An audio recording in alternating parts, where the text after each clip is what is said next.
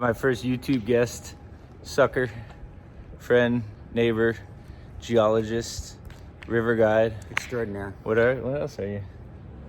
Kind of an asshole a little bit. I'm a victim of circumstances, really what's happening. So RJ, this is RJ. I've known this guy for 20 years. He's been my neighbor and friend. And we're going to go out. We've got the plane. We're going out to Grand Gulch. He is a geologist. Grand Gulch Mine, an old copper mine, right? Yeah. In Arizona? Mm-hmm. Yeah. So I gave him the assignment. I try to make these as natural as possible. Like, I don't want to, there's very little production value, as you can see. I'll take my bottle of Crown Royal later, thank you. Do you have your script? Yeah, I do. That exactly. wasn't in the script. It wasn't? No, it wasn't. So we're gonna go out and see what happens. So little strip out there in the desert. It's actually just a Jeep track. It's not even like a runway or nothing. But it's all right. She's been there a couple times, so we'll get there and what's the name see of your what plane, happens. sir? I don't know. I haven't named it. Go ahead and name it. Stripey? Stripey. It's a Grand Gulch. We did all right. Huh? It's rough. It was okay. And then, if you just had that pilot, you needs a little bit more action. But no, it was a beautiful landing. It was gorgeous. They say if you can fly it again, it's a good landing. Yeah, so I think it is, We haven't proven that yet, but yeah, weather is absolutely perfect. Like, gorgeous, I think. You know what? I always try to do like an educational thing. This will certainly have lots of education, but I want to share some education with you. Okay. You're familiar with, what is it, Kelvin and Celsius and Fahrenheit? Generally, yeah. There's a Lichen scale. And Lichens, right? So those other scales are based on what? Freezing. Fahrenheit, what the hell? It's not even based on anything, right? I mean, maybe it is. I don't know. But Celsius makes sense. Yeah. 100 boiling, 0 freezing. Yeah. But how often are you boiling or freezing water? All the time. All the time. Of course. The Lichen scale, you take approximately 72 degrees using the Fahrenheit scale, set that to 0. Okay. Because you don't feel temperature, right? Anything warmer is positive. Anything colder is negative. Okay. Because when you watch the weather, you're always watching the weather about, this is more of a weather scale than a science scale, okay? Okay. But that makes sense, doesn't it? Oh, it's going to be a beautiful day. It's going to be +2 today, everybody. So make sure, wear your short sleeve shirt and your shorts. Okay. Right? So your baseline is a value. Is room temperature. Yeah. Right? Is you don't feel it. Right. Wouldn't that make way more sense that that's 0? Don't science argue. Definitely. I mean, there's no question. I don't know why the world hasn't changed. It's going to. It is going to now. This is the first time it's been publicized or published, all right? So I don't need any credit for it. Well, you can't put my name on the scale, but you can steal it. I don't care. View of the airstrip here. Little rough terrain. I think you could avoid this, I guess, depending on where you touch down at. So the smelting kind of tower is over here. There's big deep pit mine over here. You can kind of see where all the tailings are over there. This is like the bunkhouse is here, and the big tractors and trucks are all down here as well. It's interesting. There's a plot of private. Yeah, it's patented land. Oh wow. Yeah.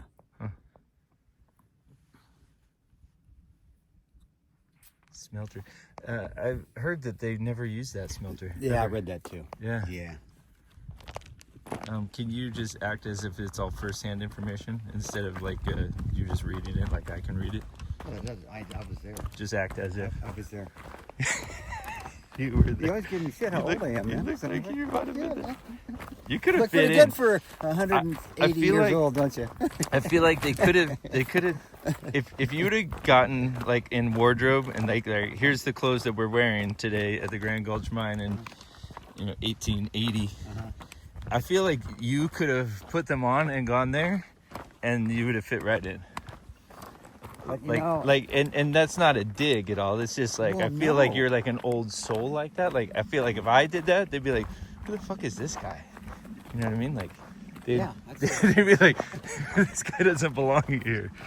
And then they do me today. I go get my hiking boots on. And this guy, the geologist, is in flip flops. Yes. Yeah. Japanese logging boots is what I call them. Never heard that. Yeah. Yeah. Holy shit. Yep. Holy shit. Try it out. Yeah, I think it's not been used for a while. So it's clean. Yeah. Time heals all wounds. Dang.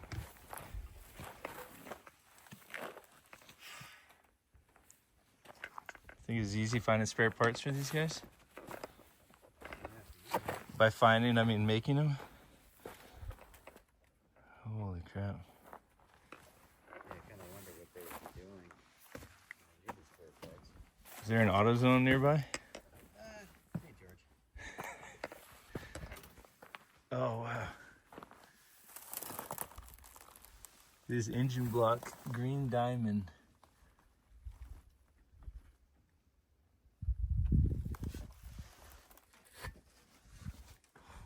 Something blew a hole. Look at it. They just threw pissing right through the side of that block. Whoa. But it's great that like people, it's way too hard to get any of this out of here, so it stays here, Yeah. you know, which is kind of neat. For this stuff, not for the Yeah, trash nobody's stuff, but. That's a really nice little block. I mean, just imagine getting this stuff out here. Well, it's the gold The teeth, splines but on this. I just don't know enough about mining, but you see, there's where The there'll be a head is- bearing Yeah. for the shaft, and then there's these things here, right? That looks like they go back and forth. It's probably for crushing or doing something with at some part of the product. Because two of them. So this was like a PTO ran this here it is. Oh, look. screwdriver. Well, see, these are attached to this thing and stick it in here. I'm guessing completely. I don't know. If you want to know actually what's happening here, don't watch this video. Like watch some mining channel or something. This is just two dudes figuring stuff out. Yeah. So Making stuff up. There's a little bit of blue there. See, that's azurite. The two main copper minerals that were mined here. There are others, but those are the main copper minerals. And that's pretty neat. Look at that. it's dark. Yeah. Malachite. Do you think all those people that used to dig those little mine shafts, you know, that speculating, is kind of like people that buy crypto and meme coins? Is that like today's? Actually, they call them mine for crypto, I guess. It kind of is the same thing a little bit, huh? Just Yeah, like it's a just like mining random ass shot in the dark that Toshi's gonna go up from 0.00002 cents up to $150 or $100,000 like Bitcoin. Okay, hold on, Stuart. Okay, since you're asking that ridiculous question, I will say it's like mining people. Okay, It's like what? it's like mining people. Yeah. That's what happens. That's what gold mines do. A lot of properties that really have nothing, people mine investors for their money. So just like your crypto, Yeah. that's what the mining is. Yeah. It's mining people But there's for their some money. educated guessing behind that, or is it mostly scam? Which part? The mining people. The mining people, that's pretty well documented in a fine art form. Usually done by people that have advertising degrees and things like that. Yeah. Usually mining people. Yeah. Most of the time. Great. They figure out their brains. Yeah. And they figure out how to manipulate words Hmm. to the point where they So there's a- to make the sale. there's You a have lot any of- experience with that. There's Sir? there's a lot of corruption in mining. You're saying. There. So I should have gone into mining. Well, I know. Is that what you're saying? I should have been a miner. That was an easy one. So what's the deal that they never used this thing? What is that story? How do you build a structure like this and be like, oh, my bad, we don't actually need that? They probably found it was more economic to ship it out and do the smelting.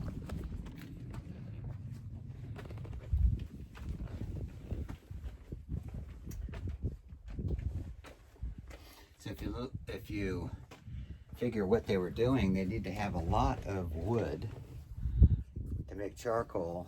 Just not a lot around here. Well, there's enough up in there's enough. I think part of it is to look if there's a way to get Yeah, but they're getting more like bushes. I mean, they're not getting like 100-foot trees, you know? Well, they would just get junipers. Yeah, which... And there's a lot of juniper. I mean, a lot of that probably was used, Yeah. taken away. Yeah. So it's probably had much more vegetation back in the day. Well, look right over there. Mormon tea. What? Right there. This is? Mm-hmm. Yeah. Mormon tea. Has ephedra in it, which is, it's like a, what you have in little medications. Ephedrine. Yeah. You eat it? Oh, you can suck on it, but it's not, doesn't taste that good. The bluish is azurite, greenish is the malachite. There are other minerals that are that color. So, but the majority of the minerals that were mined were azurite and malachite. So, but the majority of the minerals that were mined were azurite and malachite. Can I give you my idiot geologist interpretation of the way the world works? I'm ready. I just want to hear. I've been waiting all day. So I feel like we're on like round 3 of civilization, maybe something like that. 4 or 5, who knows?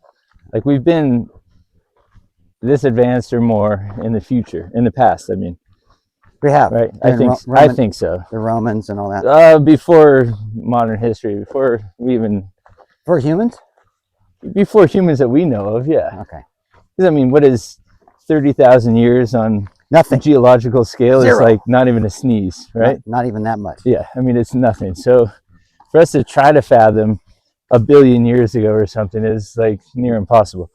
But when you find these veins, I guess what I'm getting at is because you have these cataclysmic events like volcano or polar shifts or just craziness, right? And time and pressure and everything else. Yes. And you find a vein of iron ore or something. That's those dump trucks that melted from the last civilization. That's what the gold was like. Oh, that was just their water pipe of the time, and it's just melted into the rock or something. And the mineral deposits and veins that we find, that's my idiot version of geology right there. Well, the first thing I'll say is I'm glad you're classifying it as the idiot part. That part I agree with. That part you nailed on the head. Well, and here's the thing though, is nobody could disprove it, right? Oh yeah, it's easy to disprove. You can't, because you weren't here 1 billion years ago. And you were. You might have, I don't know. You know, RJ? You know when you find all the old tin cans and stuff, right? And those are like artifacts. But what's the difference between trash and an artifact? 50 years. That's it? That's it. So we're both artifacts? And everybody I'm not an artifact. I'm not quite that old yet. Oh, really? Wow.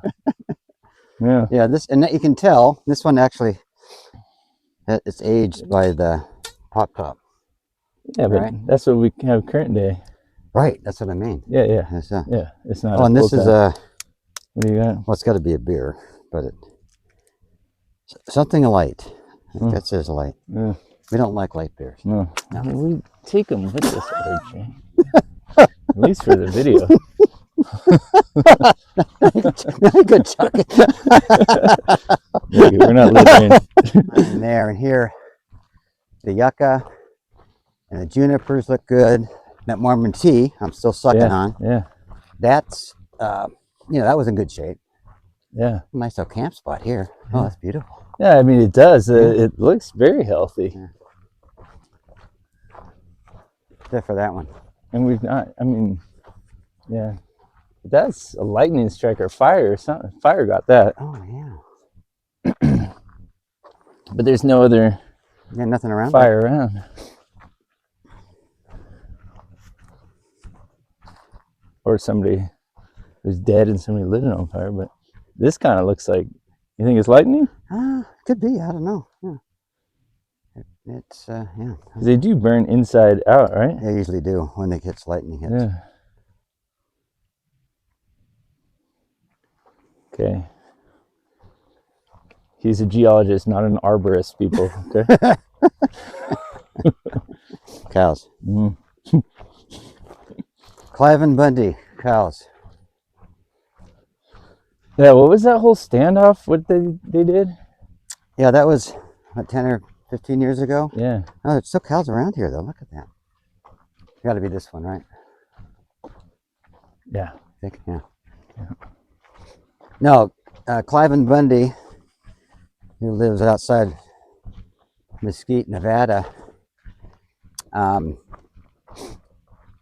refused to take his cattle off of land that he was grazing and pay for it. So he wasn't paying his dues like every other else that was mining or Yeah. that was raising cattle.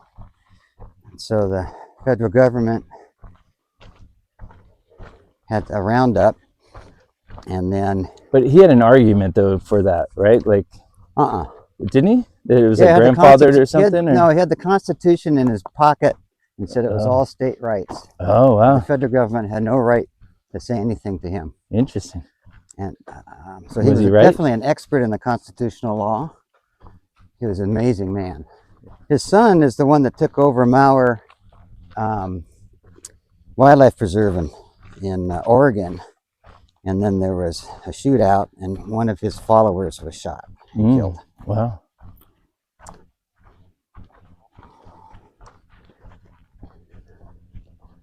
Ha! I never like getting too close to these things. Are you a throw rocks in the mine shaft guy, or you're a don't do that guy? There's no reason to. Yeah. I guarantee there's a bottom. I promise. Yeah. Okay, Stuart, I'm going to start talking a little bit about the geology here. All right. And okay, keep it interesting. I'm keeping it interesting. I'm keeping it at your level. Yeah. We're going low. Yeah. So we're on the edge of the Colorado Plateau. We're on the edge of the Grand Wash Cliffs, which is the western edge of the Colorado Plateau, which is uplifted land. And that's really all we need to say about that. And we're about, what would you say, 5 miles, 10 miles from the edge of Grand Canyon, the Colorado River? At least, yeah. What would you say, 10 miles, something like that? So as the crows flies, or as we fly. And the Grand Gulch Mine, where we are right now, just looking around at all the fun little paraphernalia that's still around, was started to be mined in the late 1800s, roughly. And what was noticed is there was a depression in the Earth's surface, and like a sinkhole, and it was a large circular pattern, and somebody stumbled across it and found some color. And usually when you see color, and it's not a natural to the environment that's surrounding the area, a lot of times people that were in the mining, into mining and trying to make their riches, would start digging and find if that color meant something was deeper. And lo and behold, in this area, they found that yes, there were some green and some blue minerals. And that are the ones we just talked about before that we've seen, azurite and malachite. And there's other minerals that were eventually mined in this area. Well, that depression, the reason for that, it's the remnants, and actually it's what is called a breccia pipe.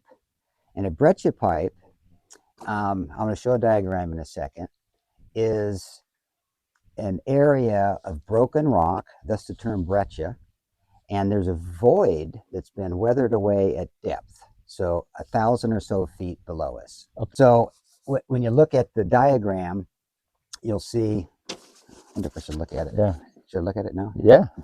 When you look at the diagram, I see a vertical, kind of sinuous, description of what a breccia pipe is. And it just shows a diagrammatic cartoon of what would be broken rock. And then there's horizontal and partly horizontal layers, geologic layers. And at the very base of the breccia pipe, when it was formed, there was a void that was created by groundwater that dissolved the limestone, the carbonate rock, limestone. And when that void was completed, that void would not allow the rocks above to be stable, and those rocks above fell into the void. So they collapsed. And as those rocks collapsed into the void, they broke apart and created what we call breccia, which is broken rock. And it hasn't traveled far, so it's rough edged. So it's rough edge. Very good. Yeah. Good, Stuart. Thank you. And so we had a bunch of crumbled, broken rock within that vertical shaft. And that vertical shaft went all the way to the surface. So thus the depression at the surface, because as the broken rock filled in the void at depth, then there wasn't much rock to keep that was at the surface that had to fill in that void. So there's kind of what would be a circular shape that was a depression, a circular depression. And where is this? What do you mean? Where is this depression exactly? Like this breccia pipe? Okay, right now we are in part of the breccia pipe, and there's a lot of them on the Colorado Plateau and around Grand Canyon in particular, and there's thousands of these. Oh, and they're not tied to volcanic activity at all? Not at all. Oh. Yeah, not a bit. So it was just the perfect scenario with the void in the rock at depth that was dissolved by groundwater that made an opening, a circular cavern, if you will, and that cavern couldn't support, well, there was a void, so the rocks fell into the cavern. Yeah. And so that's stage one when that happens. So stage two would be, how do you mineralize that? And that's when hydrothermic fluids, hot water, from depth, and it's mineralized. And when it's mineralized, it seeps and permeates through the natural formation rocks, which would be to the side of the breccia pipe. And then when it gets to the breccia pipe, the temperatures and the pressures, the pH and the various things change.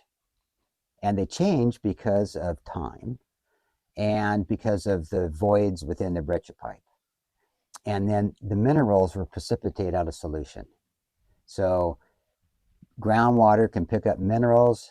Most people's drinking water has minerals. Those minerals come from the earth when the water travels through the earth. Hydrothermal fluids have the same ability to pick up minerals, dissolve them into solution, transport them through groundwater, so to that depth, and once they get to the breccia pipe, or it didn't have to be a breccia pipe, but in this case, breccia pipe, and they can precipitate out a solution. And certain minerals will precipitate out at different temperatures and pressures. So you may not always get the same minerals in each breccia pipe. They get different minerals. And they may concentrate more, just depending on what that hydrothermal fluid has in solution. So not all the breccia pipes around Grand Canyon are mineralized. Some of them are, some of them aren't. So are they tied to the springs then, or no? Is the springs, is this like a path of least resistance to these? Well, springs, that's a good thought on springs. Are groundwater that's emerged at the Earth's surface. Mm-hmm. But in this case, that wouldn't be the case because the water's down. Because everything's at depth when all this is happening. And this is happening millions of years ago. This is not happening yesterday. Okay. Any of this theory? This is all It's all fact. Everything I say is fact. As we know it today. As I know it today. And as you are learning. Yeah. At this nice. But don't you have things, have you not in your career, have you not experienced things in geology like, oh wow, we used to think this, but we were totally wrong? That's the beauty of geology. That's exactly what we do. That's why it's science. Because this is why I'm challenging you now. Well, put a challenge together. And that's not even a challenge. That was an easy one to answer. That was so easy, Stuart. I can't believe it. God, I want one that's harder than that. Right. So that's the beauty of geology. We're not engineers. It's not static. We're dynamic. Yeah. We like to look at stuff, at information, make an evaluation, come up with an idea, and then run with that idea. But we get more information, that idea may change and it'll evolve. And then we got blown completely out of the water. A good example is Grand Canyon, the age of Grand Canyon. Mm-hmm. for many years, and even up to today, but for many years, the age of Grand Canyon was somewhere, the cutting Grand Canyon, where the Colorado River cut through Grand Canyon, was anywhere from 1 to 5 million years old. And there were different schools of thought for different reasons. And then maybe 10 or 15 years ago, another scientist came in, looked at a different technique, and had the idea that it was up to 70 million years old, the beginning of Grand Canyon. Based on what? Based on minerals that were radioactive, and as the canyon cut, those particular minerals let a signature that was equivalent to how deep the minerals were buried. And I won't say more than that because it gets kind of complicated, and Like I don't completely Egyptians? understand it all. It's because the Egyptians were there. No, I think it was the Minions. You've heard the theory though, right? About the ancient Egyptians in Grand Canyon? And like Smithsonian's covered up all the conspiracy theory stuff on that. You Have know, you followed any of when that? I Or no? hear any of that, I think of the flat earthers Yeah. and the people that say that the moon is made out of green cheese. Okay, but we just talked about an open challenging geological concepts. Okay, you can challenge away.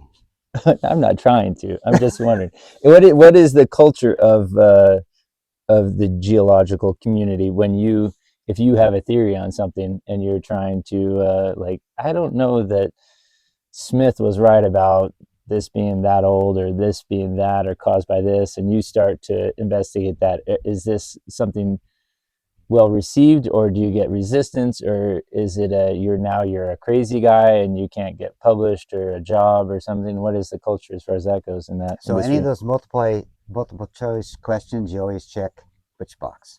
All of the above, right? Because and I'm serious on that, because when people can get very possessive about their ideas, Yeah. and then when they're challenged, they either say, "Oh, that's great, I hadn't thought about that. All right, that helps me," right? Because now I know more. But not that frequently, probably. No, it can be. Grand Canyon's the perfect example. Yeah, but if you establish yourself based on this theory, and then somebody comes along and goes, you're wrong. And then you're like, oh shit, my whole existence is bullshit. No, because that might just be one idea of something you're working on, because people don't necessarily work on one aspect of geology. And all this we're talking about would be research, right? That's all research-based work. I mean, the end is, that's why you have geologic maps, so you can see where you might find minerals, where you might find oil and gas, where you might find groundwater. So you need to have the geologic base. But to get to the example of Grand Canyon, we just finished that, because when that was challenged, everyone just blew this guy away, said, "You're nuts, there's no way, blah, blah, blah." And then everybody started sharpening their pencil. And what year is this?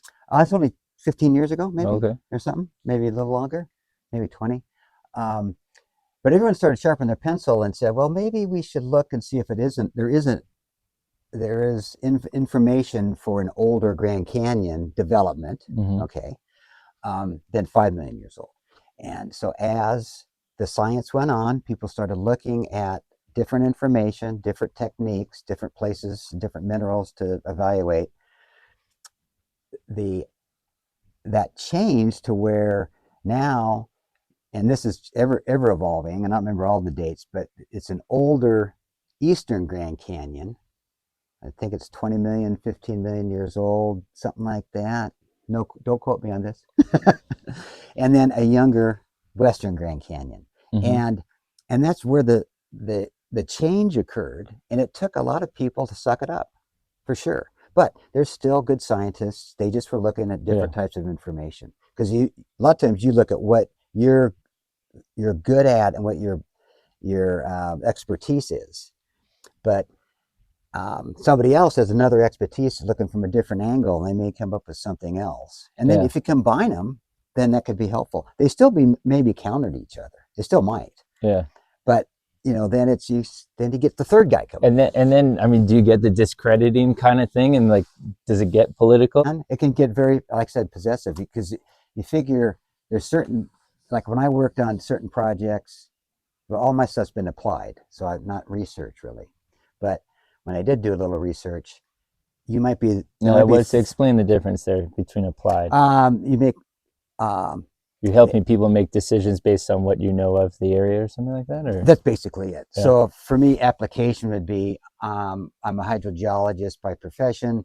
The application allowed me to be able to explore for groundwater for different types of projects like mines, housing developments, power plants, golf courses, things like that. So that's the application rather than the research where you're trying to map an area, for example, where you're getting usually paid by university or the government to actually make a geologic map and make interpretation. Like this area around here, there's the, what was it called? I think it was called the Pigeon Wilderness Study Area or something. And I read something about that. And the USGS, United States Geological Survey, did an evaluation looking at what minerals were around here, what percentage, high, medium, low grade, any oil and gas, water resources, things like that. So those are the type of things that would be research. But the end is an application that could be. So then I would come in and look at that map, that information, and say, oh, they determined that, yeah, there's a potential for groundwater here, for example. Yeah. And so that would help me apply what I know. Do you use a water stick? Does that work? It can work at shallow depths. Yeah. 5-10 feet. That's you can actually do it because there is a field, if you will, but beyond that, and that's how do you think when the people do buried water lines and all that, they're just using a man-made thing rather than the stick. But that's not one of my techniques. I wouldn't get paid if I had a stick. You were in some like shaman that would come out with your stick. It's actually not a stick; it's a shlick. Is it's it? a schlick. Schlick. A schlick. All right. That's your schlick. Okay. A schlick is not a stick. Oh God. Okay. Your stick. It's not a stick. I know your stick. Okay. Yeah. So back to here, where we are. Okay, let's just finish that. So you do a lot of editing here. I can tell already. So breccia pipe. So we have the mineralization, and then it is a matter of someone like these people that were here that saw some color and then started to explore, dig deeper and deeper and deeper until they actually found a concentration. And the way that it's known around here that the shaft that we're sitting right next to went down 500 feet, and then there were different levels that had different mineralization, but they never went deeper than 500 feet. That I'm not sure why. They may have just found that the deeper they went, the less mineralization that there was. Maybe they only had a 500-foot rope. Maybe they had a 500 feet, but that's what the extent of it was. But no, it wasn't deepened later. So when there was better technology, so they probably ran out of mineralization and said, this is where we want to mine. It's not as deep. And I can't remember exactly the depths, but I think between 200 and 400 feet, somewhere in there, there was where they were mining. And then the outcome here, there was copper was the main element that was metal that was mined. So from the malachite and azurite, copper, and then because I just was looking at that, and then there was silver, a little gold, there's some lead, I think some zinc, and I don't think any uranium. That wasn't something that I was able to figure out, but some of the breccia pipes around the Grand Canyon region have uranium. As a very small percentage of the from previous civilizations, non-recorded. Well, the aliens when they came a long time ago. Yes, they're still here. Yeah, they're still here. Yeah. They're starting to leave. Those are the sightings we're seeing. I made another video about alien sightings. Oh, good. When you see an alien spacecraft, it's adolescent aliens stealing their parents' spaceship because they're out of town or something, and they come to screw with us a little bit. Yeah. Oh, kids! I mean, it's just kids. Kids being kids. It's kids joyriding. Yeah. That one. Because the aliens are super smart and they know not to be seen, and the kids are zapping us up, probing us, screwing around, on a Friday night, whatever, and then See you later. That's what usually happens to me on That's Friday. why they're all small too. Friday and Saturday night partying. That's what happens to me. My theory, not to repeat former videos, but you can see that video up We're here. going to go to an editing part here so we can talk. Yeah, another one that I'll show, and this is another good one. This does show, so you can see. Yeah. It's a cutaway, it's like a 3D or 2D, whatever you call that. You've got the surface. So actually, it's really good because this has the cliffs above us. Yeah. This is generic. This is what's behind us right now. Yeah. So this would be the cliffs above us. Yeah. And then we are on the flats, and it really shows really nice how the breccia pipes. Two things. When there was erosion, it eroded down to the mineralization. That shows one thing. The breccia pipe may have been up here, and then this weathered down, so the mineralization is right at the surface. Whereas here, mineralization's at depth, so they have to drill down to get to the minerals, right? So why in these cliff bands are you not seeing bands of green for the malachite? When you see a depression, yeah, and you say, okay, well that is a breccia pipe, and that may be mineralized at depth. I'm going to explore. Well, the only way to explore is to actually drill the hole down there and find that, and you don't know what you're going to find. Yeah. All right. So it's down there, and that could be 500 feet or some depth. And so you don't know if it's going to be this with nothing or this have something, and then you don't know what the something is until is the uranium toxic in its raw form? Yeah. So maybe that's why they stopped at 500. Maybe they found it. No. It would have said it in the thing. Really? Yeah. They would not miss that. Because history's always right. Because the uranium industry in 1950s, everything that was uranium was known. Was that the whole canary in the coal mine thing? Or no, what was that? What was killing canaries in the coal mine? No air. Because it's just no oxygen. It wasn't emitting something. It's oxygen. Because they kick off before the humans were. Yeah. And same with the carbide lights. Because carbide lights would go out. Those would go out. So that's why miners had carbide lights. When we looked at the Bat Cave, which is up in Grand Canyon, first time, the carbide light. Just for safety. Yeah. Interesting. Oh, yeah. Because it went way the fuck back there, and we had no idea. And it was fine, but it's still, you don't even out of air until you die. Basically, it's like diving, right? Yeah. When there's no air, you know it fucking immediately. So that happens in aviation. You become hypoxic when you get too much altitude without oxygen, and you just start acting drunk, and you sound drunk, and you have no concept that this is happening to you. You knocked out at depth. You don't know. Yeah. Right. You died. Right. Yeah. Yeah. So it knocked out. Right. Yeah. At depth. Same thing. Same thing. Yeah. And then you're seeing different stuff because you're a little bit higher coming back. I just like to make a note that ADHD. Is it on? ADHD was non-diagnosed when he was a child, because we're talking about scuba diving in Bonaire as we're at Grand Gulch Mine. Well, this all goes to when they were scuba diving in the mine, because there's groundwater there. And, they had this groundwater. Yeah. Oh, you didn't turn it back on, did you? It's on. So on this one, Stuart, I think I'll get back to the education. Yeah, I'll explain this, and you're going to show it. Okay. But the diagram that you're going to be seeing, or you're looking at now, it looks like an alien pipe organ. It looks like an alien pipe organ, and it shows a cutaway, so a layer cake, if you will, looking through the layers, and then there's a surface, so the surface of the earth, and then a layer cake, and it shows what breccia pipes might look like. It's a cartoon, and then where they might be mineralized, and where they would appear on the surface of the earth. So with erosion, some of those breccia pipes might have mineralization right at the surface. But most commonly, there's no mineralization at the surface, and there would only be a depression. And it doesn't mean there's a depression, it's going to be a breccia pipe. It doesn't have to be. But if you're going to look for a breccia pipe, you're going to look for a depression. And if you find a depression, meaning a bowl, if you will, and it might be, like I said before, 100 to 1,000 feet in diameter. No quoting on that one. And if you wanted to explore that, you'd have to actually usually drill a hole. You could probably do some geophysics or something that might help, give some information. But they drilled one and then drifts off of that, right? They would do that, yeah. And usually these are not extensive laterally. Just like the other diagram showed, there's usually a finite diameter. The surface, at the surface, it may be, let's say 100 feet in diameter.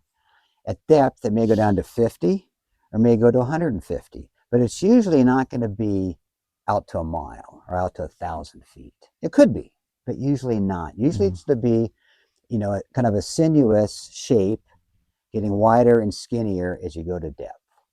Because when the rocks broke initially and filled in the gap, it tore everything apart that was wall rock. So that was stuff that was softer, that would be a bigger void. Stuff that was harder, that'd be a skinnier void. Yeah. So you had, let's say, mudstones or sandstones, soft rocks, that may make a bigger void initially. And then stuff that's harder, like limestone, that might make a skinnier void. So when it's mineralized, and then someone's going to do exploration, when they go to depth, there's a flicker right there, by the way. What? Yeah, flicker. What's that? A bird right there. Oh, flicker. Yeah. Huh. So they Squirrel. Squirrel, exactly. So the exploration would key on not only the vertical but the horizontal, and then the horizontal going outboard, you'd finally hit the native rock and there'd be no mineralization. Then you'd stop. Yeah. But this pipe goes out a lot because there's a lot of waste rock. Yeah. I mean, this is what's that, 20 feet in diameter? Yeah, or so. Mine shaft's right over here. Yeah, 20 feet in diameter, plus or minus.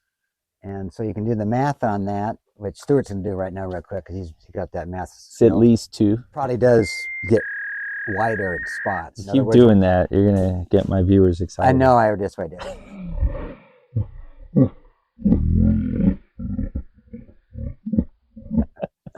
Yeah, so these miners, like, if you think about it, it's like, you can mine for diamonds or gold, and you're ending up with a finished product right in your hand.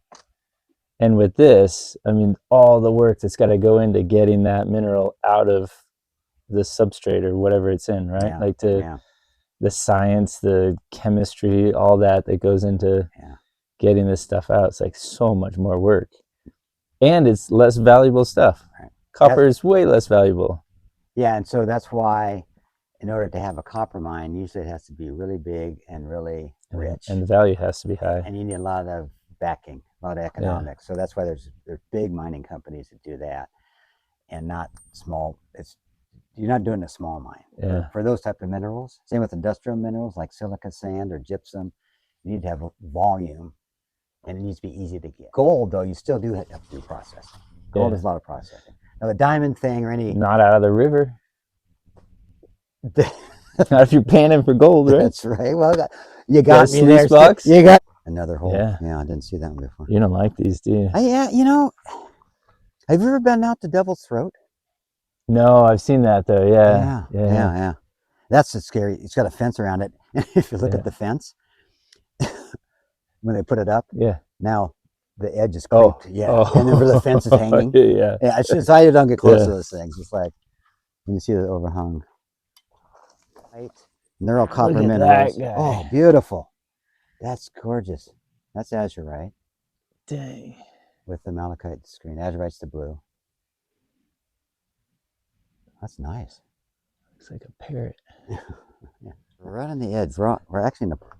Yeah, this is all open. It's all, and this is where they're finding the extent of the breccia pipe.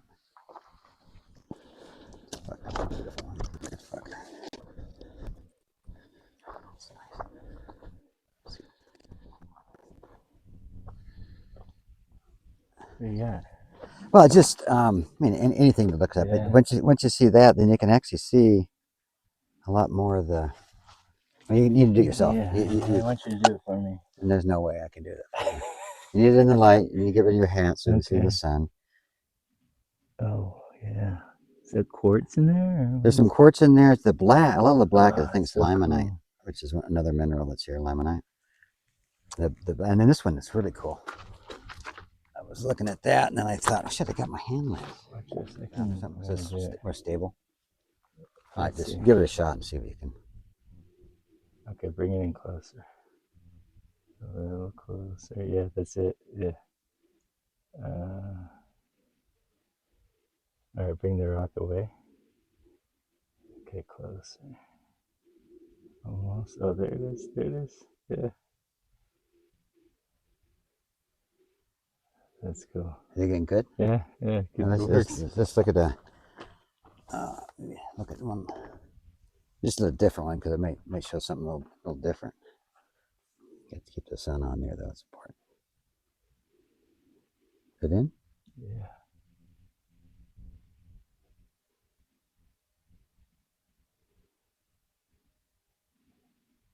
That's cool. And let's see, what about?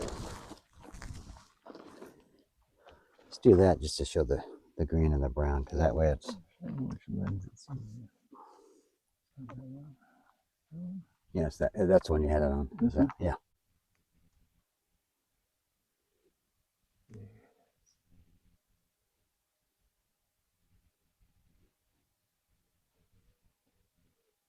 Yeah, it's cool. Cool.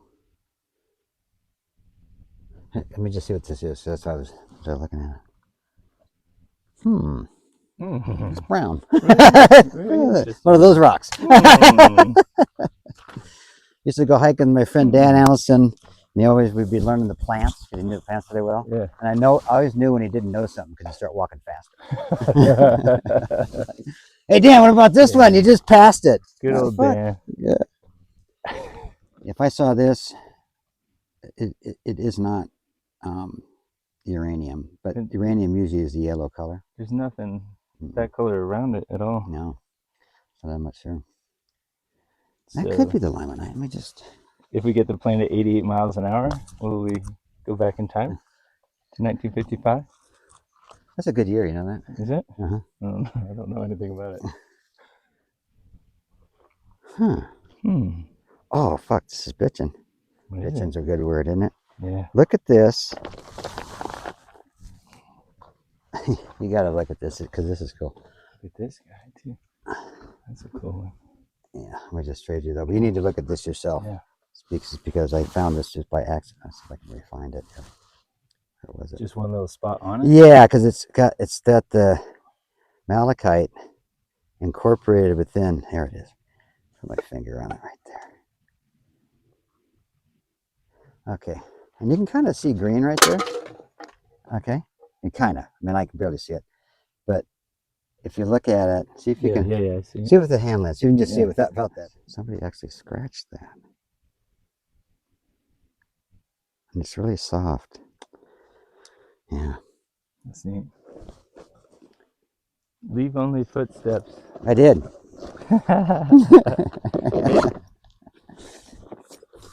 Hey, guess what you forgot? Oh, I forgot my cans. Yeah. Hey, where did that other one go? It's in my pocket, Okay. I think. We got a pull tab. Ah, see? We're dating things. Trash. Artifact. Go figure. Which one? What's this one about? It's still the malachite. Yeah. But these are the crystal form. This is the crystal form. Hold that. You hold that. Yeah. It goes on that one there. Yeah, that's the one. Nothing here. I want to keep that light on. There it is. Yeah. Is the light on it? Yeah. Yeah, that's the crystal form of malachite. I think. You getting more of it? Yeah. Is the light okay? Yeah. So cool. So if you're not here at a mine, what are the odds of finding something like this? Rare. Welcome to Grand Gulch Mine. There we go. And what a neat place. It's cool. It really is. It's just. It's cool that there's not buses of tourists there, you know? I mean, that's what's cool about it, I think. Well, that's what ruined Torreweep. Ruined what? Torreweep overlook. Oh. You've been out there? Yeah. Where at? Which one is that? That's the one that overlooks Lava Falls. I've not been there. Yeah, it's you go out from St. George, and instead of going this way, you head basically south, southeast, and it's a spectacular overlook that you've seen a lot of pictures of Grand Canyon you've seen from there. There's no question. A lot of them taken. Beat up old road that when it rains, you get stuck. And then it got popular and popular and popular to where they started, and there's a little campground there, just a dry campground. Yeah. And to where they started restricting the use, and then they started making it reservations. Yeah. And we used to go out there all the time. It's just really a pretty spot, but it's too many people. You've been to Horseshoe Bend at right below I've Glen been Canyon?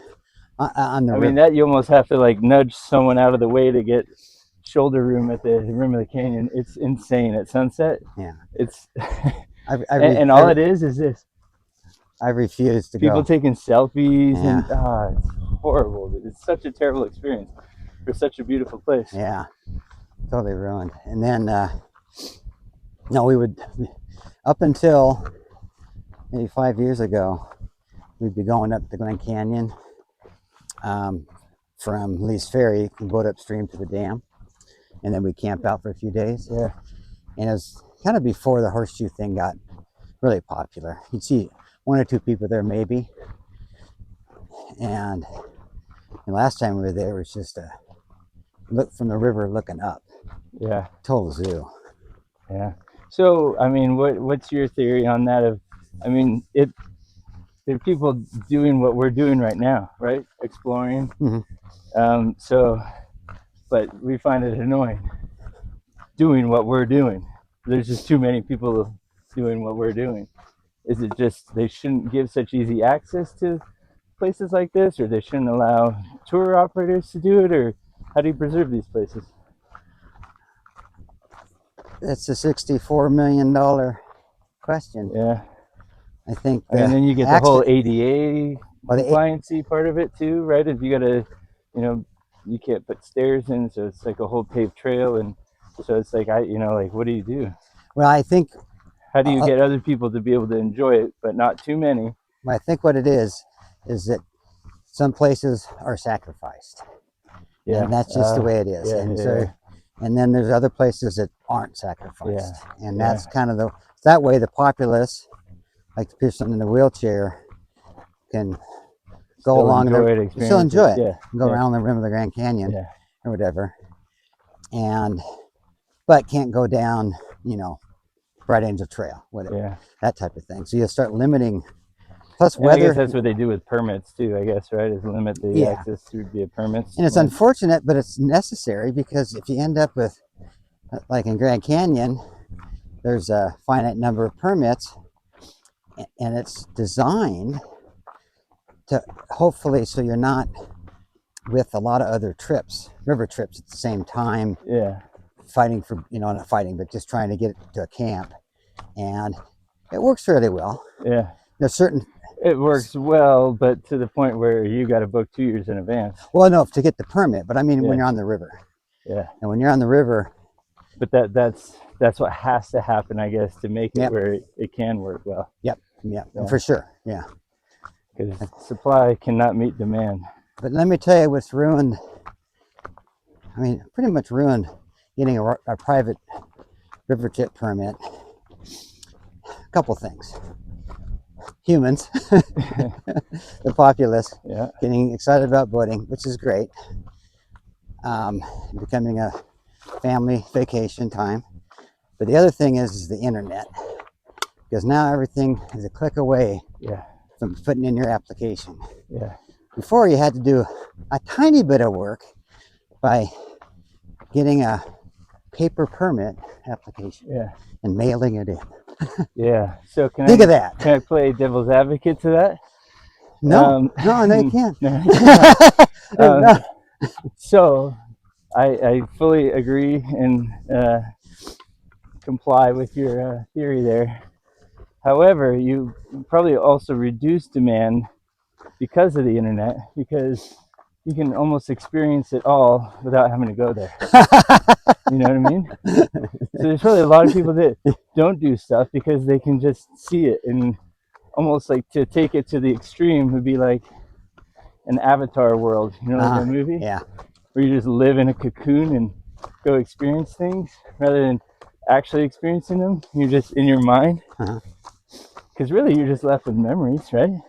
So, can I play devil's advocate today? Yeah. I'm not saying that's right. But No, I just is the so what we need is more of those people that are applying for those river fit permits to just do the Avatar thing. Yeah, that would help. So yeah, so go get IMAX, and I'm sure they have already. But, oh yeah, there's an IMAX for everything. But you know, it also must create the desire to do it too, though. Like look at Everest, for instance. Oh God, Everest is horrible. like a conveyor belt. That's the worst thing. It's so terrible. Yeah, I mean that's highly permitted, but not by the National Park Service. You know, Nepal is they're looking for money, doing their best to capitalize and probably preserve at the same time and employ some people, but that is insane. Yeah, you look at that. I mean, that really is not a wilderness experience. I'm sure it's harsh and it's difficult and all that, but you know, I feel like Everest is like more of a tech bro resume builder. You know, like to put on your LinkedIn profile that you climbed Everest, rather than actually doing it for some, you know, internal conflict or spiritual experience or, you know, kind of thing. So I don't know. No, it's a tough one for sure. Yeah, some of those photos you see of the line, you know, all these orange jackets, you know. It's crazy. It really is. Well, it's a good thing helicopters can't fly that high. Yeah. Yet. Yeah, they'll figure something out. You know. What is that, 18,000 or something? 16,000? Yeah, I'm not sure. Something like that's pretty. Yes, it's high. Like, I think most videos people have facts and regurgitate facts. We just guess at them. Exactly. This is more like a trivia game, right? Yeah. Who's closer to the truth? Yeah. The truth. What is it? You know, I had a friend of mine has this cabin, this beautiful cabin up in Sequoia. Oh, you've told me about that. Yeah, and so we have Starlink now when we go up there. So, but one thing he'd said, which was I've never really thought about it, is like, you know, when you go up there, you actually have conversations and debates because you don't get the answer to the question that you're debating you immediately by asking Siri. Yeah. You know, or looking it up, and I'm like, holy shit, that's it. That's a novel thought. It's totally changed society, right? Like, I mean, you're just constantly fact checked, which is good, I guess, you know, but at the same time, you can't. Well, conversations. Yeah, it's just like in what would be like a 2-hour conversation about the way Grand Canyon was built. No, you just chat GPT that shit and Google that shit, and guess what? There you go. It's over. Now you're on the next thing. Like, you know, so this is different, I guess, but. But what that's done in my mind is that has eliminated humans from thinking. Yeah, absolutely. And not being able to really stretch their thought process to have different ideas. Maybe. And come up with different or things. It makes them focus on things that's the next thing, not the thing that's already, not be, you know, kind of reinventing the wheel every time you want to have a conversation. Yeah. Maybe. But that's not what happens. Instead, we use all that extra time to play video games or watch porn or whatever it is, you know, that's the demise of society. Yeah. Right now. So yeah, where it's looks a little hazy. Yeah. I think that's where Grand Canyon emerges. The Colorado River emerges. Oh, so like that's past that second butte. Yep. And then because that's Snap Point over there. What do you think? Cool spot, huh? It's gorgeous. And so that's Pigeons Canyon. That's the one that I said the spring was up there. We can show you on a map later, but it's. I mean, what do you do if you're a pioneer here? Do you just go to where the green is and be like, "There's got to be water"? Some of it is that by looking at vegetation. You know, what you'd hope is there's a bright green cottonwood tree growing, but that's not always the case. Because there's seeps, they're you know, a gallon a minute maybe, and it is just stumbling around and spending a lot of time looking. dying really in is. the process. Well, yeah, I'm thirsty. That's for sure. Oh, look, there's a plane over there. There is. What's this windsock doing? Yeah, so we're gonna take off down into the canyon, which is cool. Yeah. We should be hitting all this rough shit right at the right speed. Well, Bounces into the air or off the runway. yeah. Hi, RJ. Okay, We're here's our done at final. Grand We're back. Canyon, We made it. Grand Gulch. Yep. Yeah. Nobody fell down any shaft holes. Nice. No. We saw a lot of green rock, a lot of blue rock. Yep. We had a lot of conversation. Some of it is actually going to be in the video, but most of it's be I think edited. I'm just do all of it. It's just all gonna get in. They're gonna bore the shit out of people for 2 hours. Yeah. Title is Conversations with a Crazy Geologist. Hey. River guide. And pilot. Yeah. So had a good time at Grand Gulch, taking RJ up there. He's super familiar with the whole area and has worked up there a lot on all the springs. So that was really cool just to get his firsthand knowledge.